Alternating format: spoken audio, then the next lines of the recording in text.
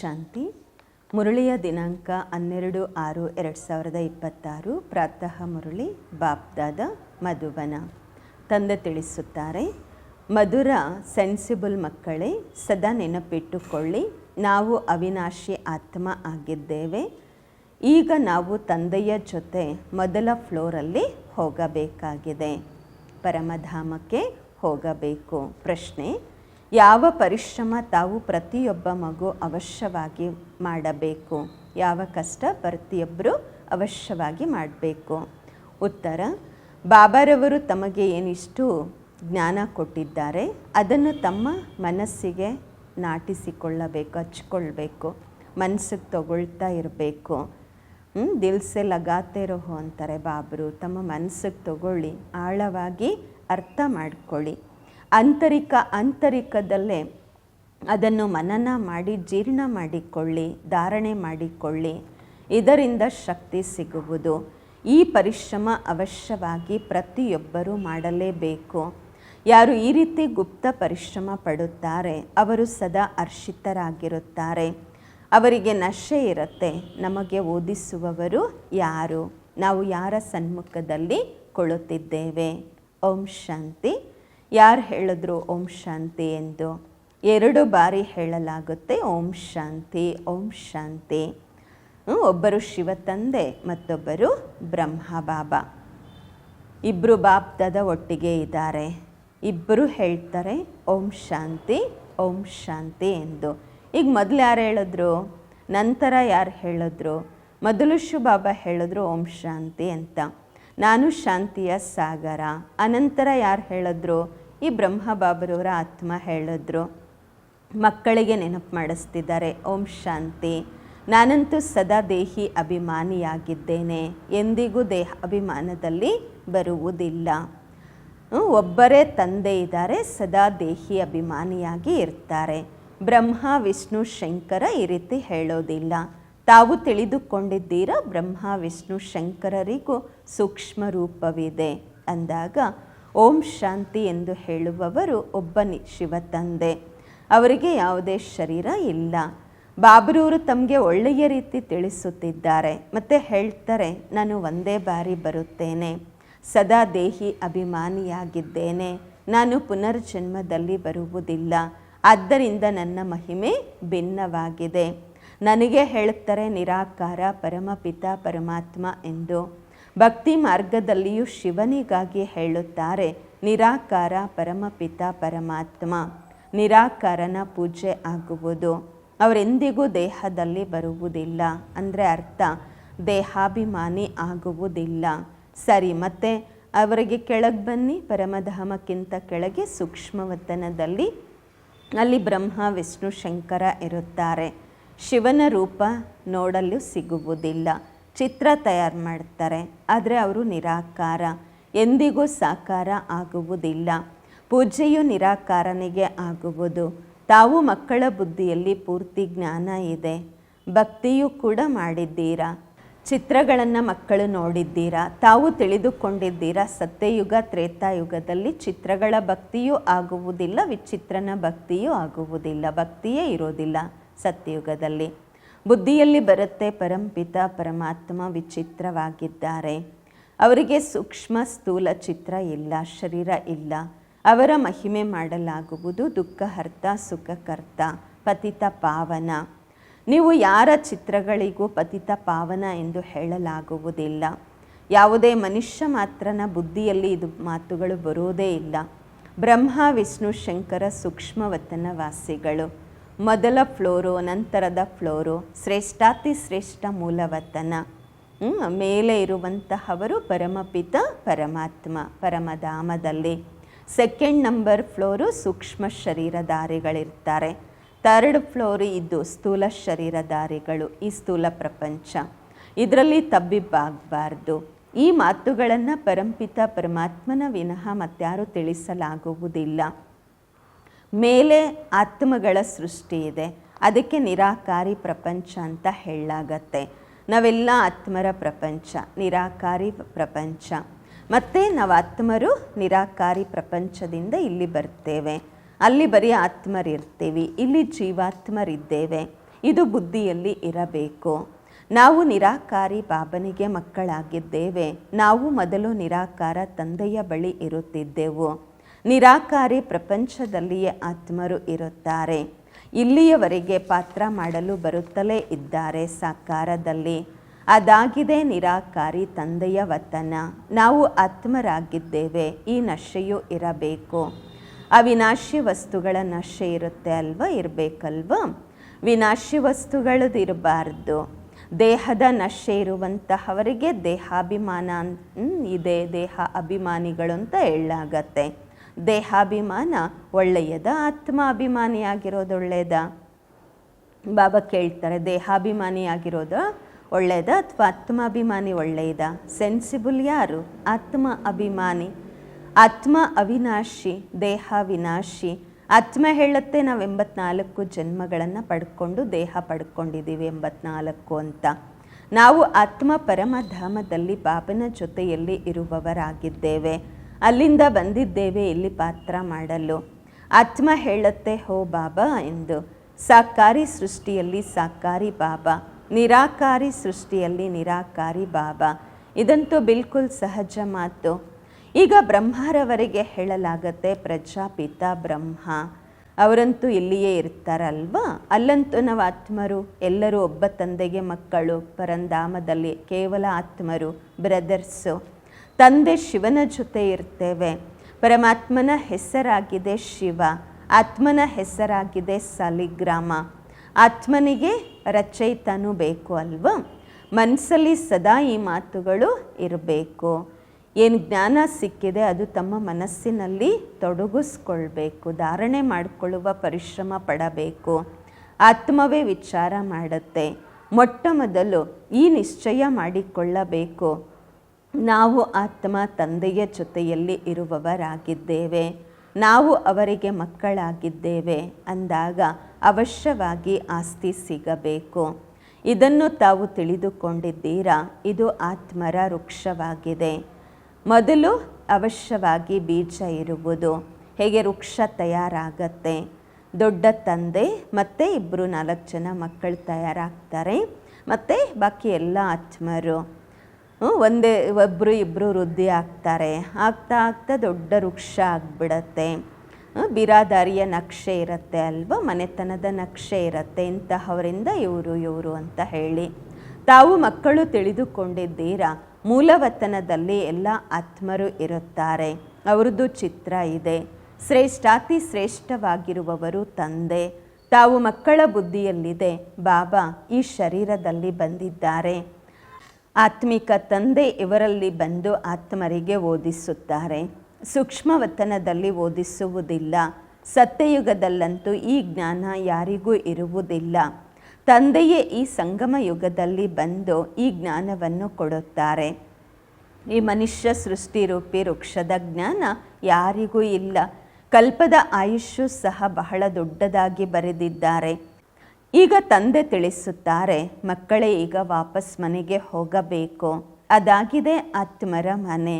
ತಂದೆ ಮತ್ತು ಮಕ್ಕಳು ಇರುತ್ತೇವೆ. ಎಲ್ಲರೂ ಸಹೋದರರು.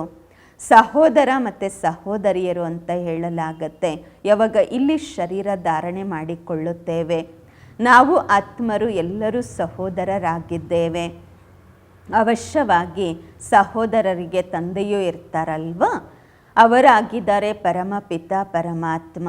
ಎಲ್ಲ ಆತ್ಮರು ಶರೀರದಲ್ಲಿ ಇರ್ತಾರೆ. ಅದಕ್ಕೆ ಅವರನ್ನು ನೆನಪು ಮಾಡುವಂಥದ್ದು. ಸತ್ಯಯುಗ ತ್ರೇತಾಯುಗದಲ್ಲಿ ಯಾರೂ ನೆನಪು ಮಾಡುವುದಿಲ್ಲ. ಪತಿತ ಪ್ರಪಂಚದಲ್ಲಿ ಎಲ್ಲರೂ ಅವರನ್ನು ನೆನಪು ಮಾಡುತ್ತೇವೆ. ಏಕೆಂದರೆ ಎಲ್ಲರೂ ರಾವಣನ ಜೈಲಿನಲ್ಲಿ ಇದ್ದಾರೆ. ಸೀತೆ ಕರೆಯುತ್ತಾರೆ ಏ ರಾಮ ಎಂದು. ಅಂದರೆ ಎಲ್ಲ ಆತ್ಮರೂಪಿ ಸೀತೆಯರು ಕರೆಯುತ್ತಾರೆ. ಬಾಬಾ ತಿಳಿಸುತ್ತಾರೆ, ರಾಮ ಏನು ತ್ರೇತಾಯುಗದವರಲ್ಲ, ಅವರನ್ನೆಲ್ಲ ನೆನಪು ಮಾಡುವಂಥದ್ದು. ಅವರು ನೆನಪು ಮಾಡಿದ್ದಲ್ಲ ಈ ಗಾಯನ. ರಾಮ ಪರಂಪಿತ ಪರಮಾತ್ಮನನ್ನು ತಿಳ್ಕೊಳ್ತಾರೆ. ರಾಮ ಎಂದು ನೆನಪು ಮಾಡ್ತಿರ್ತಾರೆ. ಆತ್ಮ ಕರೆಯುತ್ತೆ. ಈಗ ತಾವು ತಿಳಿದುಕೊಂಡಿದ್ದೀರಾ, ಅರ್ಧ ಕಲ್ಪ ನಾವು ಯಾರನ್ನೂ ಕರೆಯುವುದಿಲ್ಲ. ಏಕೆಂದರೆ ಸುಖಧಾಮದಲ್ಲಿ ಇರುತ್ತೇವೆ. ಈ ಸಮಯದಲ್ಲಿ ತಂದೆಯೇ ತಿಳಿಸುತ್ತಾರೆ, ಬೇರೆ ಯಾರೂ ತಿಳಿದುಕೊಂಡಿಲ್ಲ. ಅವರಂತೂ ಹೇಳಿಬಿಡ್ತಾರೆ ಆತ್ಮನೇ ಪರಮಾತ್ಮ, ಆತ್ಮ ಪರಮಾತ್ಮನಲ್ಲಿ ಲೀನವಾಗುವುದೆಂದು. ತಂದೆ ಹೇಳುತ್ತಾರೆ ಆತ್ಮವಂತೂ ಅವಿನಾಶಿ, ಒಬ್ಬರೂ ಕೂಡ ಆತ್ಮ ವಿನಾಶ ಆಗುವುದಿಲ್ಲ. ಹೀಗೆ ತಂದೆ ಅವಿನಾಶಿಯಾಗಿದ್ದಾರೆ, ಹಾಗೆಯೇ ಆತ್ಮವೂ ಸಹ ಅವಿನಾಶಿಯಾಗಿದೆ. ಇಲ್ಲಿ ಆತ್ಮ ಪತಿತ ತಮೋ ಪ್ರಧಾನವಾಗಿದೆ. ಅನಂತರ ತಂದೆ ಸತೋ ಪ್ರಧಾನ ಪವಿತ್ರ ಮಾಡುತ್ತಾರೆ. ಪೂರ್ತಿ ಪ್ರಪಂಚ ತಮೋ ಪ್ರಧಾನವಾಗಿದೆ, ಮತ್ತೆ ಸತೋ ಪ್ರಧಾನ ಆಗುವುದು. ಪತಿತ ಪ್ರಪಂಚವನ್ನು ಪಾವನ ಮಾಡಲು ತಂದೆ ಬರಬೇಕಾಗುವುದು. ಅವರಿಗೆ ಹೇಳಲಾಗತ್ತೆ ಗಾಡ್ ಫಾದರ್ ಎಂದು. ತಂದೆಯೂ ಅವಿನಾಶಿ, ನಾವಾತ್ಮರು ಅವಿನಾಶಿ, ಈ ಡ್ರಾಮಾನೂ ಅವಿನಾಶಿ. ತಾವು ಮಕ್ಕಳು ತಿಳಿದುಕೊಂಡಿದ್ದೀರಾ ವಿಶ್ವದ ಭೂಗೋಳ ಚರಿತ್ರೆ ಹೇಗೆ ಪುನರಾವರ್ತನೆ ಆಗುವುದು. ಈ 4 ಯುಗಗಳಲ್ಲಿ ನಮ್ಮ ಪಾತ್ರ ನಡೆಯುವುದು. ನಾವು ಸೂರ್ಯವಂಶೀಯರು, ಅನಂತರ ಚಂದ್ರವಂಶೀಯರಾಗುತ್ತೇವೆ. ಚಂದ್ರವಂಶೀಯರು ಹೇಗೆ 2nd ಗ್ರೇಡಲ್ಲಿ ಬರುತ್ತಾರೆ. 14 ಕಲೆ ಉಳ್ಳವರಿಗೆ ಸೂರ್ಯವಂಶದವರೆಂದು ಹೇಳುವುದಿಲ್ಲ. ವಾಸ್ತವದಲ್ಲಿ ದೇವಿ ದೇವತೆಗಳೆಂದು ಸಹ ಹೇಳಲಾಗುವುದಿಲ್ಲ. ದೇವಿ ದೇವತೆಗಳು ಸಂಪೂರ್ಣ ನಿರ್ವಿಕಾರಿಗಳು. 16 ಕಲಾ ಸಂಪೂರ್ಣರಿಗೆ ಹೇಳಲಾಗುವುದು. ರಾಮನಿಗೆ 14 ಕಲಾ ಸಂಪನ್ನವೆಂದು ಹೇಳಲಾಗುವುದು. ನಿಮ್ಮದೇ 84 ಜನ್ಮಗಳ ಲೆಕ್ಕಾಚಾರ ತಿಳಿಸಲಾಗುವುದು. ಹೊಸ ವಸ್ತು ಹಳೆಯದಾಗತ್ತೆ ಅಂದಾಗ ಮಜಾ ಬರುವುದಿಲ್ಲ. ಮೊದಲು ಸಂಪೂರ್ಣ ಪವಿತ್ರವಾಗಿರ್ತಾರೆ, ಸ್ವಲ್ಪ ವರ್ಷ ಕಳೀತು ಅಂದರೆ ಸ್ವಲ್ಪ ಹಳೆಯದಾಗತ್ತೆ. ಮನೆಯೂ ಕೂಡ ಹಳೆಯದಾಗತ್ತಲ್ವ, ಮನೆಯ ಉದಾಹರಣೆ ಕೊಡಲಾಗತ್ತೆ. ಈ ರೀತಿ ಪ್ರತಿ ವಸ್ತು ಆಗತ್ತೆ.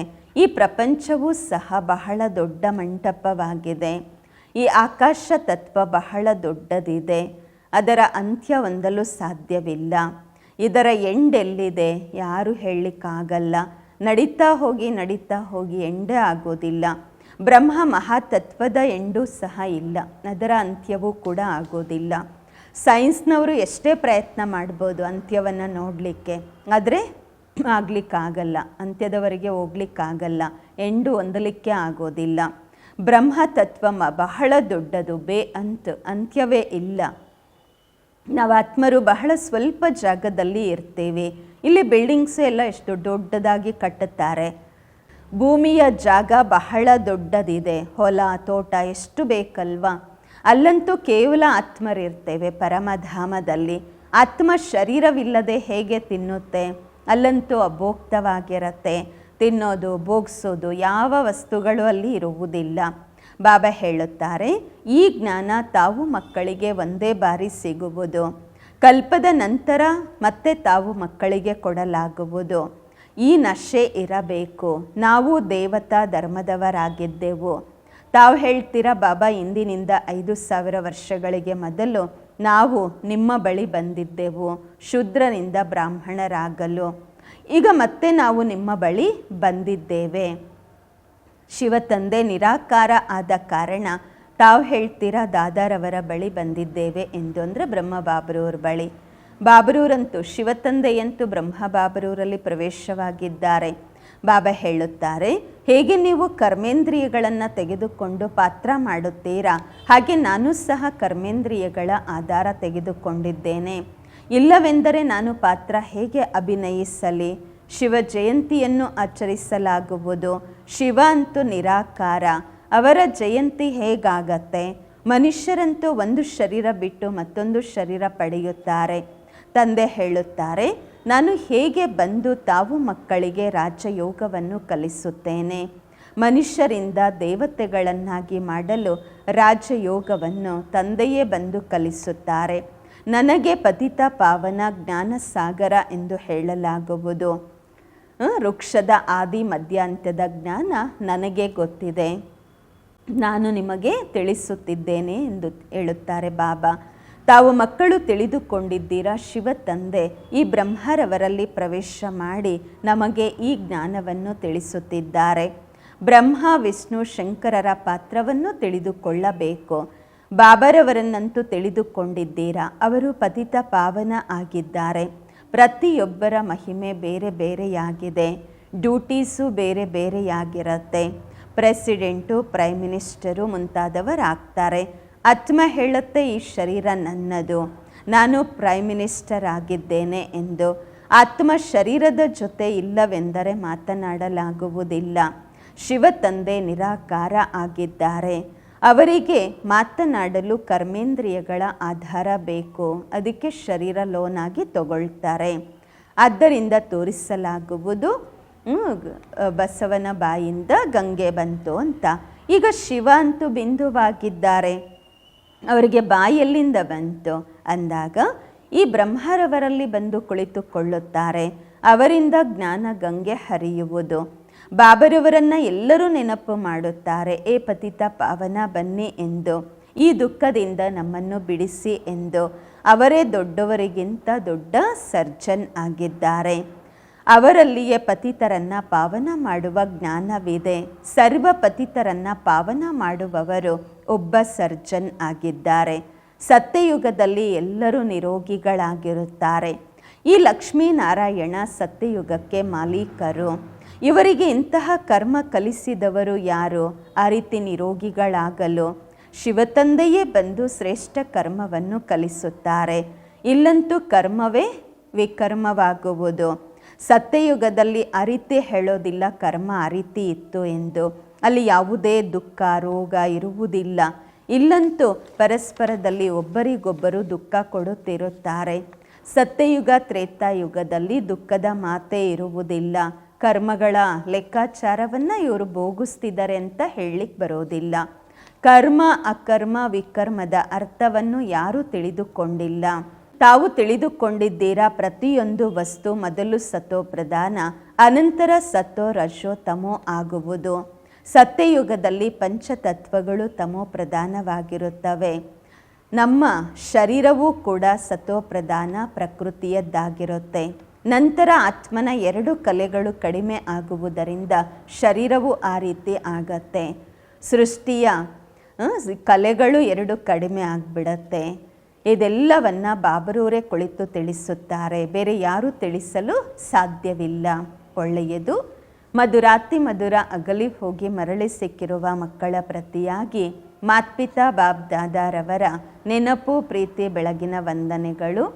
ಆತ್ಮಿಕ ಮಕ್ಕಳಿಗೆ ಆತ್ಮಿಕ ತಂದೆಯ ನಮಸ್ಕಾರಗಳು. ನಾವು ಆತ್ಮಿಕ ಮಕ್ಕಳಿಂದ ಆತ್ಮಿಕ ಮಾತ್ಪಿತಾ ಬಾಬ್ ದಾದಾರವರಿಗೆ ನೆನಪು ಪ್ರೀತಿ ಬೆಳಗಿನ ವಂದನೆಗಳು ಹಾಗೂ ನಮಸ್ಕಾರಗಳು. ಧಾರಣೆಗಾಗಿ ಮುಖ್ಯ ಸಾರ. ಫಸ್ಟ್ ಪಾಯಿಂಟು, ಈಗಲಿಂದಲೇ ತಂದೆಯ ಶ್ರೀಮತದಂತೆ ಆ ರೀತಿ ಶ್ರೇಷ್ಠ ಕರ್ಮ ಮಾಡಬೇಕು.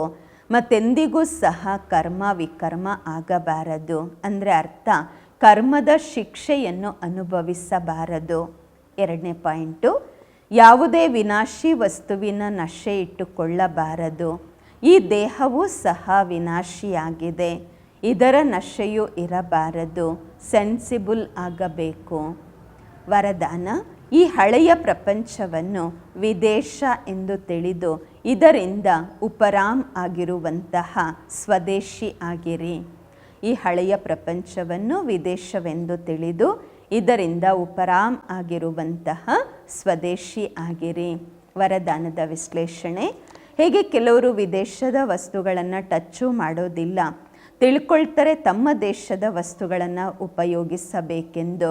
ಹಾಗೆ ತಾವು ತಮಗೋಸ್ಕರ ಈ ಹಳೆಯ ಪ್ರಪಂಚ ವಿದೇಶ ಎಂದು ತಿಳಿದುಕೊಳ್ಳಿ, ಇದರಿಂದ ಉಪರಾಮಾಗಿ ಇರಿ. ಅಂದರೆ ಅರ್ಥ, ಹಳೆಯ ಪ್ರಪಂಚದ ಏನೂ ವಸ್ತುಗಳಿವೆ, ಸ್ವಭಾವ ಸಂಸ್ಕಾರವಿದೆ, ಅದರ ಕಡೆ ಕಿಂಚಿತ್ತು ಆಕರ್ಷಿತರಾಗಬಾರದು. ವಿದೇಶಿ ಆಗಿರಿ ಅಂದರೆ ಅರ್ಥ, ಆತ್ಮಿಕ ರೂಪದಲ್ಲಿ ತಮ್ಮ ಶ್ರೇಷ್ಠ ದೇಶ ಪರಮಧಾಮ ಮತ್ತು ಈ ಈಶ್ವರೀಯ ಪರಿವಾರದ ಲೆಕ್ಕಾಚಾರದಿಂದ ಮಧುಬನ ದೇಶದ ನಿವಾಸಿ ಎಂದು ತಿಳಿದು ಇದರ ನಶೆಯಲ್ಲಿ ಇರಿ. ಸ್ಲೋಗನ್, ಗೊಂದಲಗಳಲ್ಲಿ ಸಿಕ್ಕಿಕೊಳ್ಳುವುದಕ್ಕೆ ಬದಲಾಗಿ ಸದಾ ಮಿಲನ ಮೇಳದಲ್ಲಿ ಇರಿ. ಗೊಂದಲಗಳಲ್ಲಿ ಸಿಕ್ಕಿಕೊಳ್ಳುವುದಕ್ಕೆ ಬದಲಾಗಿ ಸದಾ ಮಿಲನ ಮೇಳ ಉತ್ಸವದಲ್ಲಿ ಇರಿ. ಅವ್ಯಕ್ತ ಇಶಾರೆ, ಸದಾ ಹರ್ಷಿತರಾಗಿರಲು ತಮ್ಮ ನೇಚರನ್ನು ಸರಳ ಮಾಡಿಕೊಳ್ಳಿ, ಸಹನಶೀಲರಾಗಿರಿ. ಪವಿತ್ರ ಹಂಸಗಳ ವಿಶೇಷತೆಯಾಗಿದೆ ಸರಳ ಚಿತ್ತ, ಸರಳ ಮಾತು, ಸರಳ ವೃತ್ತಿ, ಸರಳ ದೃಷ್ಟಿ. ಬಾಬ್ದಾದರವರಿಗೆ ಎಲ್ಲರಿಗಿಂತ ಪ್ರಿಯ ಎಲ್ಲರಿಗಿಂತ ಸಮೀಪ ಯಾರು ಅಂದರೆ ಸತ್ಯ ಹೃದಯವುಳ್ಳವರು, ಅವರು ಪ್ರಿಯ ಆಗ್ತಾರೆ ಬಾಬ್ರವರಿಗೆ. ಸ್ವಚ್ಛ ಹೃದಯವುಳ್ಳವರು ಸದಾ ಬಾಪ್ದಾದರವರ ಹೃದಯ ಸಿಂಹಾಸನ ಅಧಿಕಾರಿಯಾಗಿರ್ತಾರೆ. ಸರ್ವಶ್ರೇಷ್ಠ ಸಂಕಲ್ಪ ಪೂರ್ಣವಾಗಿರುವ ಕಾರಣ ವೃತ್ತಿಯಲ್ಲಿ, ದೃಷ್ಟಿಯಲ್ಲಿ, ಮಾತಿನಲ್ಲಿ, ಸಂಬಂಧ ಸಂಪರ್ಕದಲ್ಲಿ ಸರಳ ಮತ್ತು ಸ್ಪಷ್ಟ ಒಂದೇ ಸಮಾನ ಕಂಡುಬರುತ್ತಾರೆ, ಸಮಾನವಾಗಿ ಇರ್ತಾರೆ. ಅಚ್ಚ. ಓಂ ಶಾಂತಿ.